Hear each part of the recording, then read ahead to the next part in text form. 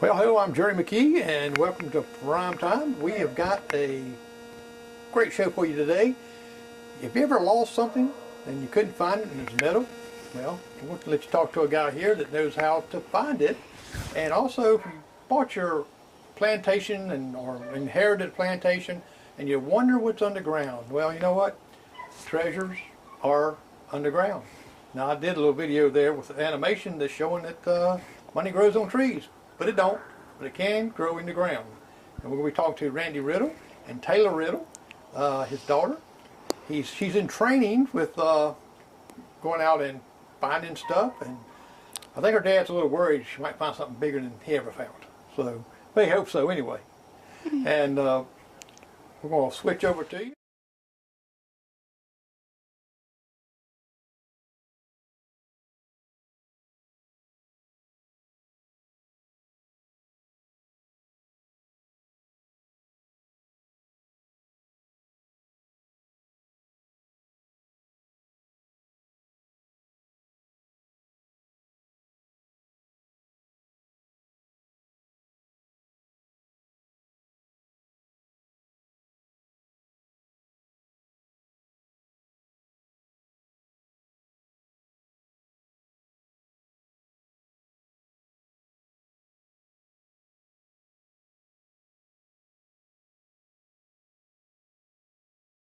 Point. There it is. Now it is.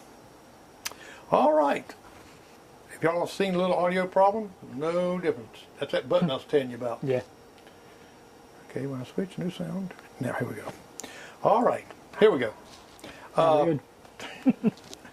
Now, you'll get a little dirty when you're out in the digging, right? Oh yeah, you're gonna get dirty. Yeah. Now, you don't do this just for a complete living. This is like a hobby. Yeah. And just hobby for me. Tell us a little bit what you do. Well, full time I'm a paramedic here in Union County. Been paramedics since 2011. Been in EMS since 2001.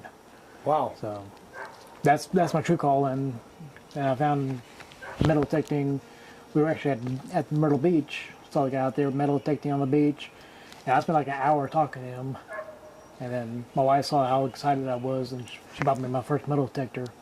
And it's like a race car, you know. You get that little bug in you, and you just want to keep going, going. It's like camera stuff. Mm-hmm. Yeah, you get that bug. Yep. And now, I know you see a lot of stuff being a paramedic, Yes, and because you're right there when the trauma happens right then. Yes, sir. You know, some people, I know when they get to the emergency room, of course there is trauma there, but you have it firsthand.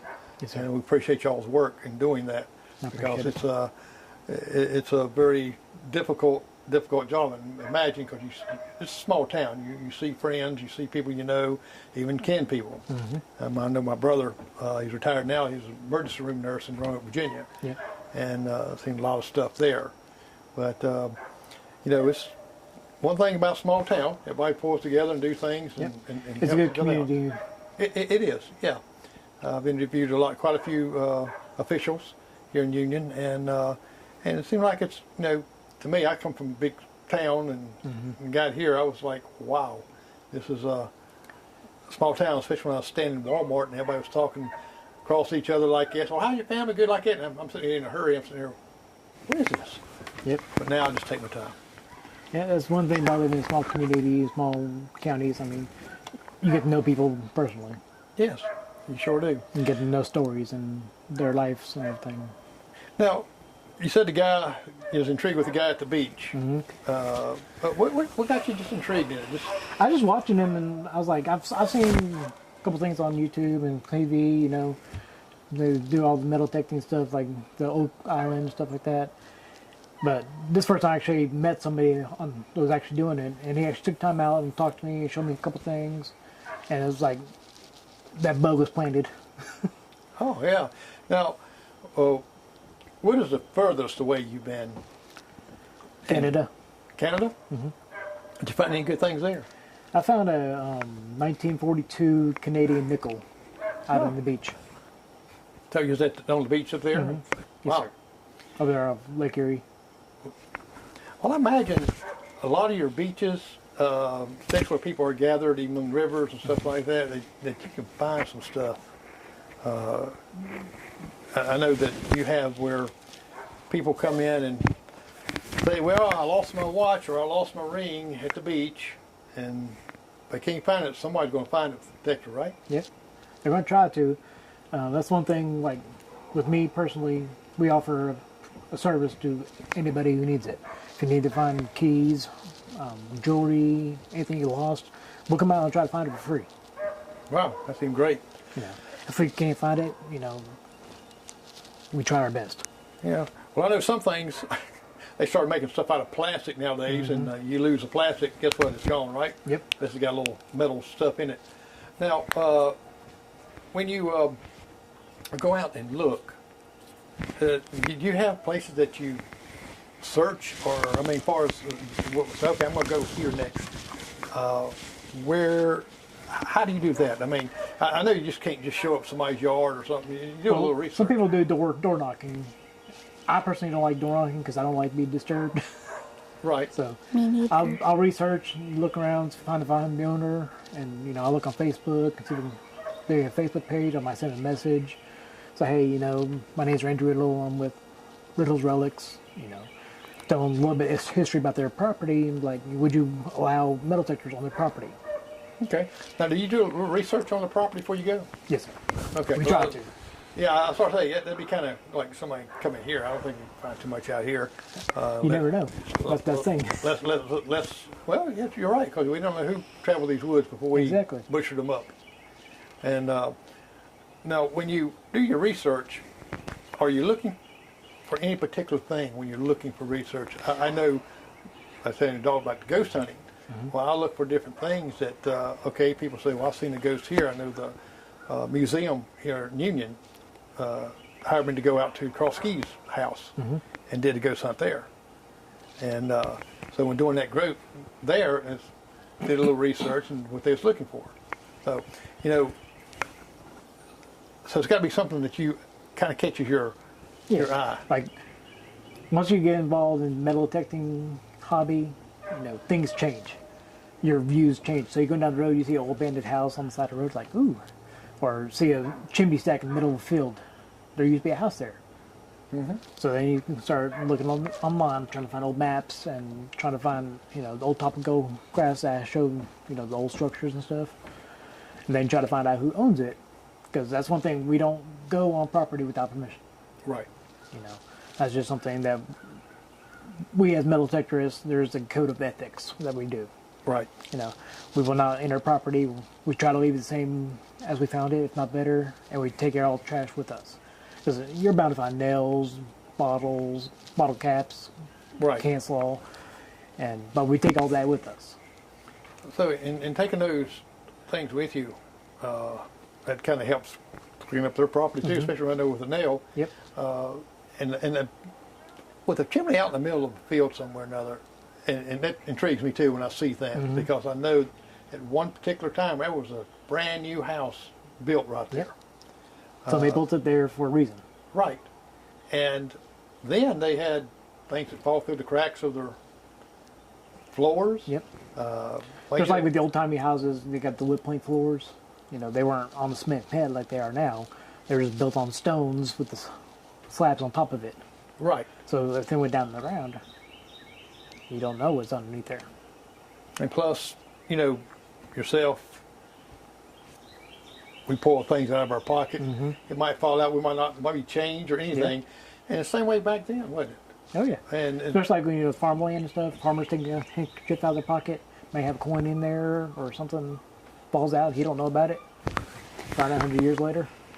well, I know that during the even Revolutionary War and the Civil War and stuff like that, you find a lot of relics from that in this area even. Oh yeah.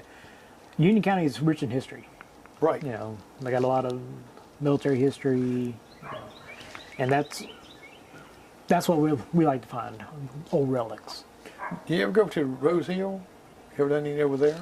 I haven't, because that's federal property, so you have to try to find, you gotta get permission from them. Right. And it's hard to actually get permission for federal properties. Oh, okay.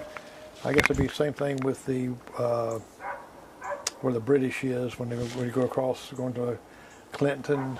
Trying to think of the name of that. Musgrove. Yeah, Musgrove. Yeah, that's all federal property. Wow, looks like it wouldn't mind you doing that if you kind of anything relics like it you find. Of course. If you can find out who's in charge, you can talk to them. They may let you on there, but they're going to be very strict on what you can do. Yeah. Well, I know I can't do any ghost stories with them too because nobody gonna come if you find a ghost. I said, well, okay. Well, I said I can't bring them home either. So see there, Taylor, I can't have ghosts here. Well, if you can't go to some of the federal lands, I'm wondering if some of the state parks, or that's basically the same thing. That's basically the same thing, unless you can talk to the park warden, Right. and they may give you permission to go up there and do metal detecting. But usually with state parks, it's off limits. Okay. Every state's different. You know, you just have to research your rules and regulations. Oh, okay. Well, that's just like, I guess, on anything that you do, especially state or federal, you got to get that permission. And like, you got to do it from people's home. They don't want, I don't want to come here and look at it. Who's the guys out here doing this? Yeah. Tell me some of your arrows that you, not arrows that you shoot, but in just beginning, what are some of the things that when you first got into it that you've kind of, oh, I should have done it this way, or found some, because I know that going into something new like that, you're going to find some times where this ain't working right, this is not doing right, and you just kind of have to learn those things. Yeah, one thing, you have to learn your machine. Every machine is different. Every machine sounds different, some looks different metals. They give out different tones for different kinds of metals. So that's what you have to learn your machine. Okay, so it gives different tones for metals? Mm-hmm. Well, I So you didn't got know a high tone for like precious metals, and low grunts can be iron. Huh, I didn't know that. I didn't know that you could, that it would make, I just figured it would make a noise and you just go to digging. Some, like with her metal detector, it gives you a thumbs up or a thumbs down. Thumbs up is a good signal. This is going to be your precious metals, your coins, sometimes your nails, bottle caps. Batteries, Thumbs down, usually that's in your iron. foil. Now people like to dig the iron. I love finding iron stuff, like old farm implements and stuff like that. Right. So I mean, I dig everything. When I hear a good repeatable tone, I'll dig it. Well, Taylor, which one of these is yours? Did you bring yours? Yeah, it's the green one. Let me pick it up and show there. So that's really kind of custom made for you, isn't it? Yeah. It's waterproof. Wow. Well, I guess so. If you go out there and it starts raining on you, and it kind of fits you real good too. So they make them for kids. Yeah. And this also expands different sizes. Okay. So they make metal detectors for kids, adults. Because we like to get the kids involved. Right. Get them outside, get away from electronics, and just Exactly. Well, you semi getting away from electronics. yeah. We're just not stuck on the face on the phone screen. Right. We're out there, as a family. Because my wife does it. Me and her do it, and one of our best friends. Y'all kind of do a competition. Yeah. She always wins. No, I don't.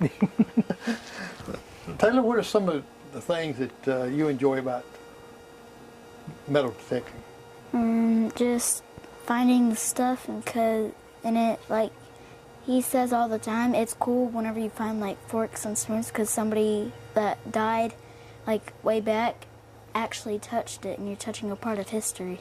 Right. Yeah. And some of those forks and spoons they made back then were forged. It was hard to get. Very expensive back then. And some that are hand forged. And that's the neat ones that we like to find. Right. Yeah. So Taylor, what did your dad show you how to work your detector right there, or Yeah. did you pick it up pretty good? I bet. Both. Both. Did you have some trial and errors on it? Yeah. So, and it looks like the detector would pick up the metal in the detector because it's metal. Yeah. But it doesn't, does it? No, because On the bottom of the metal detector, this little ring right here, that's where your detection's at. So it's not going to detect anything on this side. It's all going to be on the flat side. So the part that's on the ground. Okay. So yours doesn't make a sound, or does it? Yep. It does. Oh, it does? Okay. You know, turn on fun. Well, that's a sound. You'll probably find nails here. So certain things with this you cannot really get close to. You get false readings. Like fence lines on there, the invisible fence on the ground. Right. Any wires and stuff, pipes, it will give a signal off that.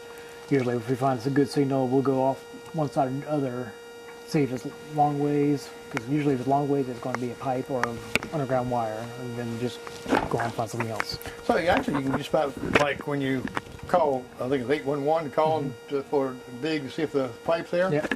They probably use basically the same thing, don't Yeah, they? they have a machine they use, basically the same as a metal detector, but it's a little more fancier. A little bit more fancier, probably a little bit more expensive. I Yeah. know some of these can get very expensive. Oh yeah. But what is the range, the price range of a good, and what would a good detector that you would recommend? But say if someone wanted to go into this as a hobby, surely they wouldn't want to buy the most expensive one Yeah. going into the hobby. Probably like a Garrett. Every machine's different. They have your beginner machines, and they start getting more advanced. More high tech. Usually a good starting metal detector runs you between maybe $250 for a good sized metal detector. Back in the old days, we used to have the Radio Shack metal detectors, $10 metal detectors. Right. Yeah. It did its job. It just found everything, but there was no discrimination. It's just, okay, there's something there. Now, what would the difference be in price range as far as you had a low price one? Is it going to do the same thing as the higher price, high tech one? It will do Or- the same thing, but you got more options with the more high-tech ones. You got different settings you can put on for like fields, parks, beaches. So more expensive you get, the more options you're going to be having, Okay. and more advanced it gets. Now, when you're, how deep does it search down? I mean, to me, Depends. Yeah, it depends on the soil, what kind of metal it is. Usually between 6 and 8 inches, typically, but there are sometimes we go down 10 inches to find stuff. okay, so it makes a difference if it's sand or if it's clay or Yep. just grass with dirt over top Yeah, of it. soil composition plays a big part in. Does it give you an image? No, it doesn't give you an image. On mine it does. Yeah, it will give you. See, It'll have like a little coin or something for hers. it'll have like a little square, and it shows how, like, 1 square it'll be like 1 inch, and then 2 squares it'll be 2 inches, or like that. Yeah, Okay. all detectors will have a general depth gauge on it. That tells you, usually increments of 2 inches, like 2, 4, 6, 8. Tell you basically you can judge how deep down it is. Oh, okay. Sometimes it's a little bit off, like I said, depends on the soil composition and everything. But usually it's within that range. Well, I was wondering kind of how that you tell how deep to dig, because to me, I was in my thoughts now, because I've never done this. Oh well, there's something 6 foot down, deep, and I'm Yeah. here. Am I going to dig 6 foot deep? Now, most we go down probably about 10 inches, if that. When you find something like that, what is one of the things that sometimes hindering you from digging in that particular spot? With Gravel, rock? clay, rocks, roots. Glass. Yeah. Now with the rocks, say if you got a layer of rock right here, say it's like 3 inches, and you got something underneath that, does it detect it? It'll still detect it, but it's going to be hard to get to because of that rock. Okay. So, if it's just like a little slab, you might be able to work around it Right. and go up from underneath it. So you got a tool belt to carry all these tools? Yes, on? sir. I figured you would have, because we in Scouts we used to have a shovel like that. Mm-hmm.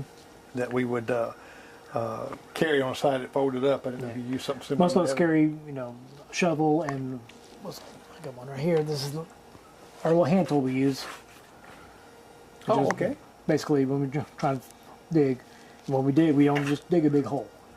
Right. There's actually a science behind it. What's called a horseshoe plug. We'll cut 3 sides and leave one side intact with the round, and we'll flip it back. So that way there's no yellow holes in your yard of grass dying. If it's still connected, it's still alive. Oh, okay. So So you go down deep enough. That's what, probably 8 inches or It's so. about 6 inches. And the time you dig around it, it's almost like some man wears a toupee and the wind blows it. Yeah. Just flip it back. Flips it And we back. have what's called a handheld pinpointer. This helps us find where because these have a pinpoint function on them. Gives you a general area where it's going to be at. So the target's right here. You're going to dig around that target. Take the pinpointer, get a more precise location, so you know where to pop it to get the item out. Okay. But And like I Taylor, said, we always try to push the dirt back in and cover the hole, so there's really little to none of evidence of where it's out there. okay. Now, Taylor, do you carry these things around on you too? Yeah. Looks like it'll weigh you down. Sometimes I lose it. Well, how many hours do you spend, say, on just an average on a find? Depends on the weather. Yeah. During the summer times, it's hard for us to be out there all day with the heat. Right. During summer, we're usually out there maybe 3-4 hours, and we're spent. But in fall and winter, we go all day. We're out there. Now, that's kind of almost like I would say, an archaeologist. Yeah. Because they digging and they're finding the relics and things like that. So it's really kind of based like that. Yeah. Now, what is the most your prize find? You say if you had 1 through 10, what is your 10? Right here. I found this over in Winsboro, South Carolina, which is about 20 minutes from Columbia, Uh-huh. where we had a plantation. We had permission to go metal detect. Kind of show it up towards that camera. Just look what knowing it was. And we found this. It's an 1863 slave tag from Charleston, South Carolina. And we actually donated this back to the Museum of Charleston. Wow. Now, where did you find that particular? It was in Winsboro at a Win- plantation. Wow. So that was a tag that they put on slaves. Yes. When slaves come over into South Carolina, all the slaves went through Charleston. And each slave was recorded with a number. Like this one was 491. And they also have the job class that they were former force for. You have like porter, which is pretty much your freight carriers taking Right. the Right. Now, stuff what off the was train. this particular one have on it? This is porter. Porter. So he was taking He things or off the she. train, boats. Also, I have mechanics that Right. did all the like road work and stuff. Right. I mean, it is a dark piece of history, but it is a piece of history. Now, when you donate that to them, they put accreditation. Yeah, fee behind it? I gave myself and the property owner credit for it. Oh, great, great. And they can find these pictures on your Facebook page, right? Yes, sir. 'Cause I was- It's Riddle's Relics on Facebook and also on YouTube, the same handle. Yep.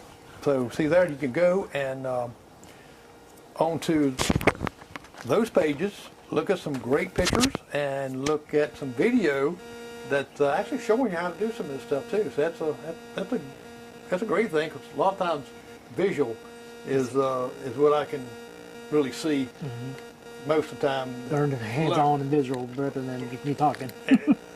Yeah, but it's so that was your biggest. Now, what is you can borrow a few things here, and Taylor, what is one of your biggest finds? My Apollo 13 collector's coin. Apollo 13.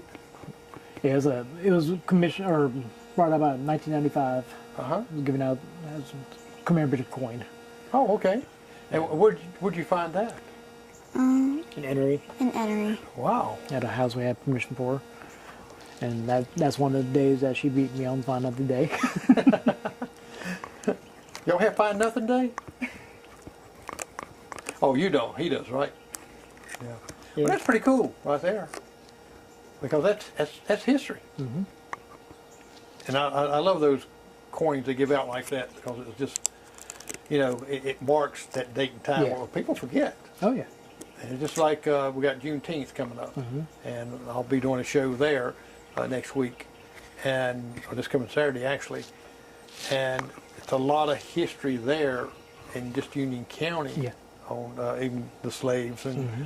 parts there. The 13 that got, I think, hung at the old jailhouse. Mm-hmm. And so it's a lot of history there. You ever get over to jailhouse and out and around in there?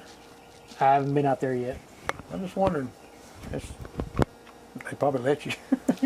Just got to find the right person to talk to. Right. But that would be pretty cool to find some things there. Mm-hmm. I imagine some of them might be pretty deep now since it's been covered over and stuff. That's what you find, unfortunately, on that. Yes, sir. And now, you got some other relics here. Show us. Okay. What I think is pretty cool is that lantern. This is a carbide lantern for the wagon. They usually have a little gas thing, and light flame, project out. Right. It's almost like headlights. Yeah. Except for didn't have batteries then. Exactly. It was gas powered. Yeah. But we found that in Lawrence. Well, that's a good find right there. Mm-hmm. That's because It's not in the best shape, but we still like the history of it. yeah, and you can see what it really is too. And what else you got there? Also, this right here is a Model T hubcap or radiator cap. For old Model T, 4 Model Ts. I've seen some of the cars back then. We always wondering how come they had hood ornaments. Mm-hmm. But actually, those hood ornaments starting out with is the pressure on the radiators Yep. that they used. And They it had became more of as aesthetic than right, functional. right. So that's pretty neat there. That must come off of a way. Or how do you? Let me ask you this: when you find a find like this right here, to me, let's see a second here. To me, I would look at this right here. I says, well, that was part of a cow. But We do a lot of research. Once after we find something, we'll go online and just Google it and try to find out what it is. That's one of the I find fun part is the research. After you find something, trying to find out what it is, where it came from, how old it is. and that's where the great internet comes in. Mm-hmm. Google. Do you ever take any out up to the museum and see if they happen to seen it or if maybe one in there? I've seen a couple of things and see if they can identify it, and they couldn't identify it other than it was a piece. It was a token, advertisement token, but it was so eat up. You can't really tell what it was for. What it's for. Yeah, and that's an unfortunate thing because the weather has something that it will do. If that sun's in your eyes, I can tell you. Okay. Yeah, my eyes are watering. Allergies. Yeah. We all have those, unfortunately. And here I'll stick you outside in all this. Do you sneeze when you're going around doing your metal detecting? Sometimes. Oh, yeah. Yeah. I do that if I get around hay and horses. Now, you got a couple of things. You got a round ball right there. Let's see. This one? Back here. No, this one right here. Oh, there it is. This is a clay marble. So this probably from 30s, 40s. Okay. Like the marbles you shoot? Yeah. Oh, wow. But it's made out of clay. So but you found this on the surface of a home site we were digging. Okay. Now, did, of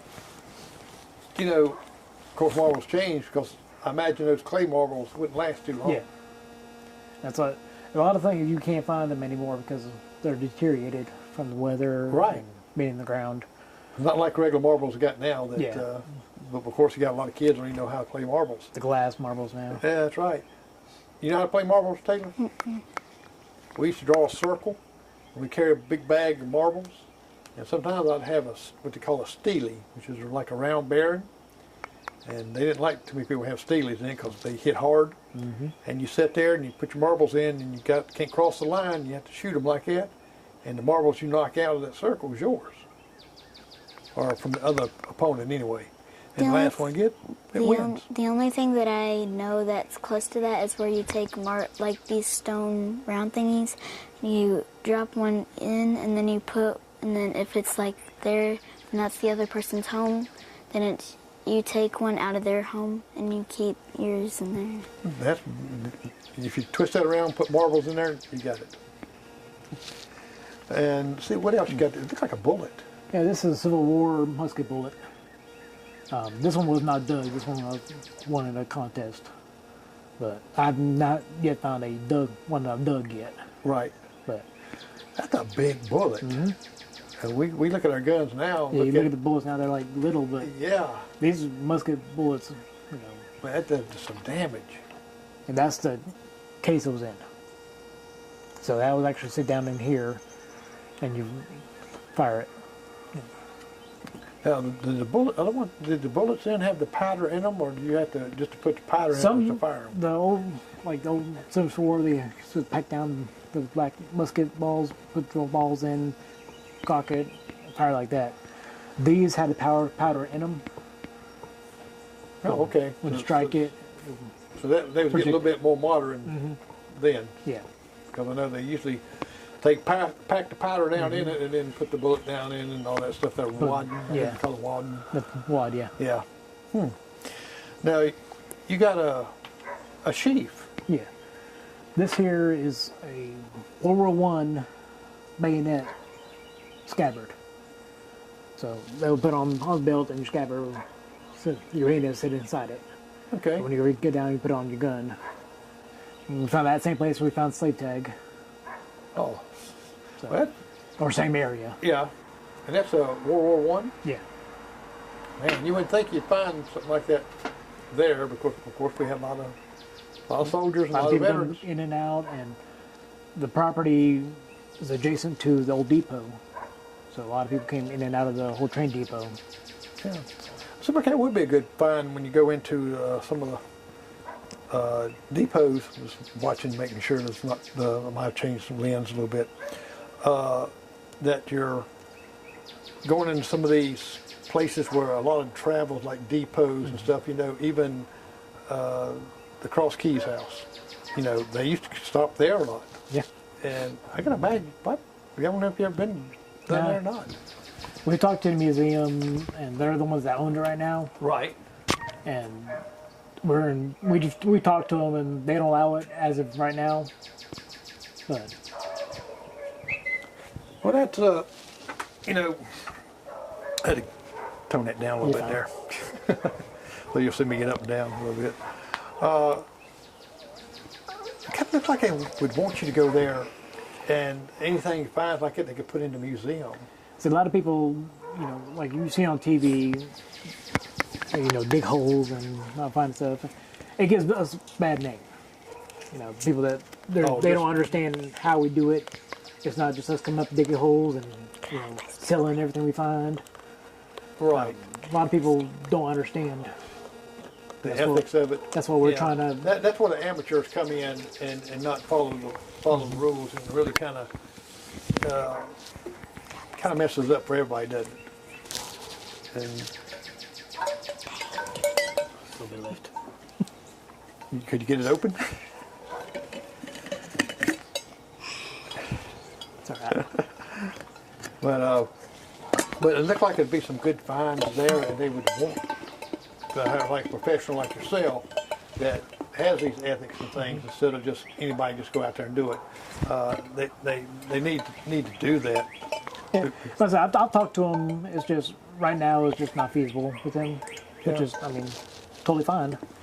But they know who we are, and we, like I said, we've been in talks with them. Right. Well, and you got fields around there too. And if you find stuff there, it's the key thing is getting the owner's permission. Exactly. You got to do that, and in doing that, it's just common courtesy. Yeah. Doing it. Now, you got some other. Yeah. These are actually Taylor's finds. She found this at our house when we first moved in. They're actually wheat pennies. And she found it with her little machine there. And she was all excited about it because she beat me again. I was rubbing it in his face like, ha, ha, ha, ha. You wouldn't do that, would you? But the thing And is, then like, he does you that way too, don't he? Me, never. but the wheat cents, they were from, let's say, 1900s, early 1900s, up into the 60s. Right. Because every once in a while I'll find one in some change. Yep. And everybody keeps them. I love finding the wheat pennies. Me I too. got a whole jar full of wheat pennies at the house. And you have a whole jar of nails. I got nails. So I Forged nails. yeah, man, square nails, hand forged nails. I love like anything train related. I like railroad spikes. Oh, okay. I love finding railroad spikes. When I was a kid, I used to walk the railroad tracks, and that's close to my house. And we'd find old spike nails that they actually drove in instead of the machine. Yep. And I always thought that was pretty neat. Don't you collect rocks too? I would never walk on train tracks. I'm too scared. You're not supposed to walk on train tracks. That's good. That's good. But you know what? If you walk on them now and the police see you, they give you a ticket. Yeah. And because I know somebody in Union that got a ticket for standing on the railroad tracks. Yeah. You didn't get permission because it's got signs that says Exactly. no trespassing. A lot of people like to take pictures. Now I flew my drone down while the train was coming out. It was pretty cool. But I don't walk railroad tracks either. I'm too scared. Nobody should be on train tracks. That's for trains. Yeah, Stand by me. yeah. They can't. Train can't stop on the dime. They can't see you because the Just train's up on the so dollar. high. Yeah. So what is the most money that you have found?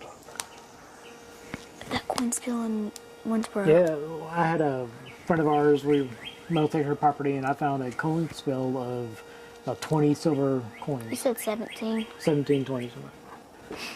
But it was all in one spot. Wow. And it's gold coin? Silver. Silver coin? Like silver dollars? Like silver dimes and quarters, Okay. mercury dimes. Yeah, because that's kind of hard. I find them once in a while in my change, and silver dollars, the real silver dollars, not the ones that's got the little mixed of copper and stuff Yeah. in it. And people used to hide that a little bit. They put it in cans and everywhere else. And Yeah, I haven't they- found one full of money yet, but Well, you never know. You know, people used to take and put their even their dollar bills and stuff like that, hide it in a can, and they'll go dig it out. Especially the wives used to do that from their husband. They'd sneak a little bit out and put a little bit back, and or egg money or something. And rainy day fund. yes, yes, and put it back somewhere. Now, you said you hadn't never found no dollar bills or anything like that in it? Not yet. Not yet. Now, you found some buttons. Tell me a little bit of that story about the buttons. All right. Well, I got these buttons right here, and the 3 small ones were found in North Carolina, up in Marion, North Carolina. Uh-huh. And they're not sure if they're original or the reproductions, but they're Haitian buttons, which was a group that during the Civil War, Revolutionary War, came from British Germany to fight on our side. And this big one here, my wife found in Endery. It's the same design. So we don't know if it's reproduction or if it's the real thing. Right. But it's still the history of it is what we like. Yeah, that's pretty cool. Case you got them in. Yeah, found these on Amazon. They're really good. They're puncture proof, so you can put knives, whatever you want in them. They won't puncture through them. Wow. That's Amazon. Yeah. I love Amazon. Yeah, Amazon I do don't like too. it too much sometimes. I look for drunk elephant and stuff. You look for what? Drunk elephant. Drunk elephants? It's skincare. It's good. It's skincare Oh, stuff. skincare. Oh, okay. I was thinking, I was like, why would you be watching? Why would you be looking for a drunk elephant? Go to the zoo. skincare ain't my thing. I have to have I know. skincare. Oh, well, that's good. That's good. That's, Also, you're gonna put a I plug in for I them. also look for makeup on there, so Oh, and cute dresses for summer. you probably like Ultra too, don't you? Ulta. Yeah, my granddaughters do too. I like Ulta and Sephora. Well, maybe you'll find something in the ground there, say this miracle face cream that would just make you glow, and everybody say, "Wow, where'd you find that?" In the dirt. It could happen. Yeah. Now, you showed me her metal detector. Is yours a little bit more advanced, or? Mine is actually in the shop, so I took my wife's. This is hers. And it's just a little more advanced. It's got a little more options to choose, different settings, like I said, field, park, beaches. And unless you choose your sensitivity too, you can tone it up and down depending on soil's composition. Right. So if you're getting too much of a chatterback, you can decrease the sensitivity and try to drone out that chatter. Now, does it pick up any of the ores in the ground? Yes. Okay. Because I figured that might be especially if it's got a lot of iron in the soil. The actually metal detectors here have the all metal mode. So if you're looking for that stuff, you can hit the all metal mode and you're going to get everything. There's nothing droned out. Everything, you'll hear every sound in the ground. Wow. So now people use that when they're trying to find these old home sites. When they Right. Start hitting the iron real good. They're like, okay, there was something here before, and then they'll start missing settings and try to pinpoint, try to find the other stuff. Maybe to make one there, you can find oil. Oil, yeah. That'd be good in Texas, Oh, yeah. see? Yeah. No, they find gold. There's gold options on them. I ain't found no gold yet, but Me neither. I wish. you still look. But you found silver. Yeah, you found silver. Now, gold is way up there in price right now. It'd be nice to find a big bucket of gold. Oh, yeah. It'd be nice. And I get wish. all exclusive to it. Yeah. Now, there's a place in Hildebrand, North Carolina. I did a show and actually walked through the houses there. It's a mill, used to be a mill village, and all the houses are no paint on them. And as you go up there, and especially in the summertime, you're driving through, it's almost like you went like a Wizard of Oz, where they went from black and white to color. Yeah. This is like you're going to color to black and white. And it's got a lot of old houses got a lot of stuff inside there. And I can imagine some stuff there would be really found good, because they had an old store there, a brick store, it's still there. And but as you drive through there, it's almost creepy in a way. But the houses on the side, the good hunting games, they filmed there. Okay. And they got a sign up saying that they filmed there and stuff. But I can just imagine some of the things that you could find there. Probably some of it be prop relics where Yeah. the But TV still, movie. it's a piece of history. Yes, it is. You ever found any places like that you could? Not yet. You might want to check them out. I know they had it up for sale at one time, the whole shebang. Yeah. And I think the guy wanted a little bit way too much, in my opinion, for what it was. But that's all it is. Just one. As you go up and around the hill, like you're going to Hildebrand in the back way, North Carolina, which is near Hickory. Okay. And but I've been, like I said, I went there and did a walk through the houses there and shot some stuff there, because I just love old stuff like that. And now I know that some people have junkyards, Yeah. And you'll find them. and that would probably drive one of those things crazy. Yeah. But you never know. Yeah. That's one thing. People say, this property's been hunted before, they didn't find anything. All the detectors are different. Right. So no property's ever actually hunted out. Right. You always find something. It may not be nothing you want, but What are some of the tips that you can give people that's just starting out? What are some of the things that you can tell them that would, because sometimes, when you get a new hobby, you get discouraged. and it will happen because you'll be out there and digging up all these nails and bottle caps and where's the good stuff? It takes learning your machine, watching YouTube videos.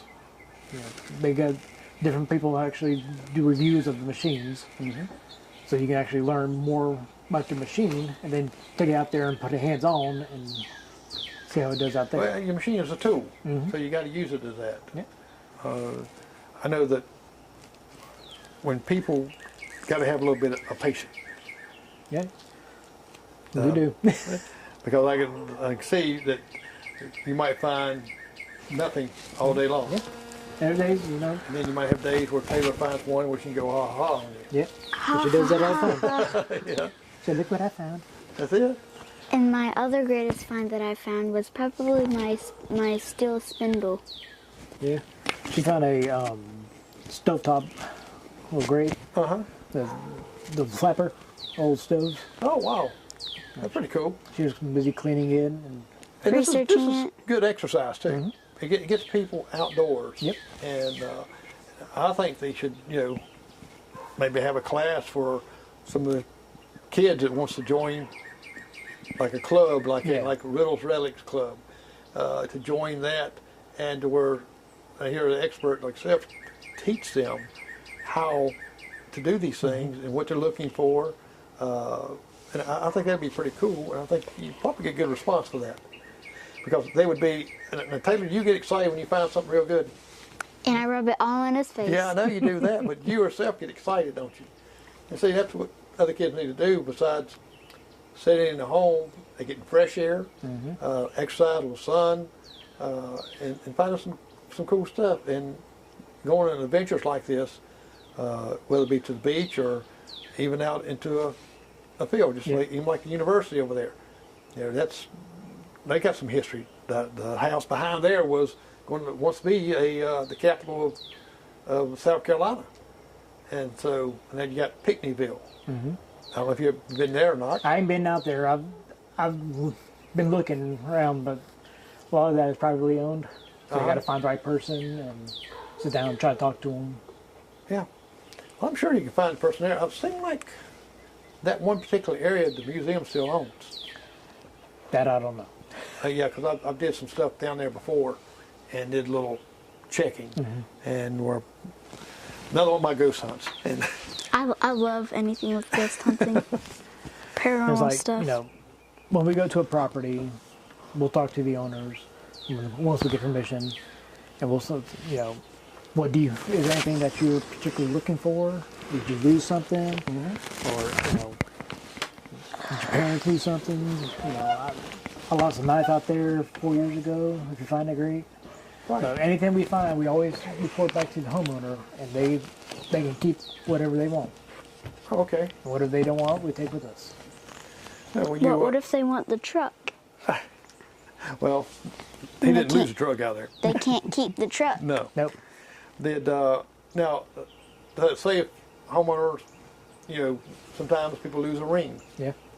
and they can call you. Yeah. They can message me on Facebook, as myself, I do it free of charge. Right. I'll come out there and try to find it for you. And, some places they have that actually charge money for them to come out there. We don't do that. We like to be out there. We like to help out. Right. And that's good because, I've lost stuff out in the grass or something like that, not knowing it. And people sometimes will lose a ring because either they've lost some weight or something like that, and it kind of fell off the finger. Working in the and didn't know yard, it. Yeah. gardening. Yes. And to me, you have some wide variety of places around here and like I said, this whole county's got history. So a big problem we run into is, people don't understand. Right. I think you can come out there with a backhoe and start digging a big hole. and stuff. And just running off and selling whatever they find.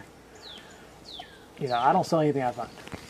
Right. My whole house is full of relics. Well, that's what your name, Riddle Relics. They can Google that too, and very easily find. So we're on Facebook and YouTube. And I think if they look at some of your YouTube channels, your videos there, they'll see how you do it and what you're looking for and some of your finds there. That's how I knew that Taylor had mud on her face. Yep. She's little relics. Yeah. Now, do you have special clothing you wear, boots or shoes you recommend people to wear? Or? We like old clothes like pants. I don't like to detect any shorts. Right. Because we're out there and there's ants, Weeds, spiders, Yeah, ticks. that's why I don't You can buy the snake boots. Right. like squat hats. Yeah. Our buddy Scott, He's the one who comes out there, Madwig. Uh-huh. He's actually working Madwood today. Concessions. Yes, You he can find works- him on Facebook. Yes, I saw his picture. Yeah, Madwig Concessions, Pop's Place. Yes. They do concessions. That's where my wife and And I'm him are hungry working. now. I think where you said it when Woodruff was behind you, or was that? Yeah. That was in Lawrence, Oh, Lawrence. Yeah. Okay. and he's the one that goes hunting with me all the time. My wife joins sometimes, and she'll join. I can't. Yeah, that squeaks loud. I'm not trying to do it. I'm hungry. That hungry. If you go take this, I might have a dead chicken out here in the yard. I find a tag for it and eat it. No, I'll cook Momo if she don't stop squawking. Well, you got a chicken that squawks. And we got a bird. A bird. And we got chickens. I used to have a bird. I had one that talked. It said, She says a few words. She's a sun She said- conure. yeah. Oh I had, yeah, she says that she gets on her nerves. I had an African gray conure, Bye. Like and this. it spoke like 60 words and sing songs. And, Our bird likes to dance. Yeah, she does. oh, okay. Like a queen cockatoo. Or she does this. Sun conure's a parrot, pretty much. A small Right. parrot. Or she'll do. You take her hunting with you? Treasure hunting? She I got took her outside one once. time and she flew up in the tree, so that was it. That's it. Yeah. Now, we got about 5 more minutes. And what is something what are you hoping to find when you're out searching like this? What is your goal to find? Me personally, I love finding old relics. You know, whether it be silverware, old forks, knives, Your Civil War button. yeah, buttons. You know, something that somebody had 100 years ago in their hand and Right. they lost it, and now we're bringing that back up and sharing it with everybody. It's like making the person alive again 100 years ago. Yeah. It's very difficult to find something that's going to be that old. You know, and you got a lot of people don't like antiques and stuff like that. I love looking at antiques. I got old clocks in here and stuff. And So we go by an antique store, we have to stop. yeah, yeah. Do you see anything in there that you found in some of these antique stores? Yeah. That they got a big price on? You said, "Wow." Yeah. Found like old clothes irons. We find the old cast iron irons. And I found a bunch of them, and they're selling them for like $20 a piece. Wow. Well, that's pretty good then. You can take and see something that gives you an idea what someone wants to buy it. Or something. Now, when you set up your tent and stuff for your relics, one thing people want to know is probably that do you sell the relics? No, nothing we have is for sale, as far Okay. as relics are concerned. Because we'll donate it, like to the museum, if there's something that's significant enough for the museum. Yeah, just like Charleston. There.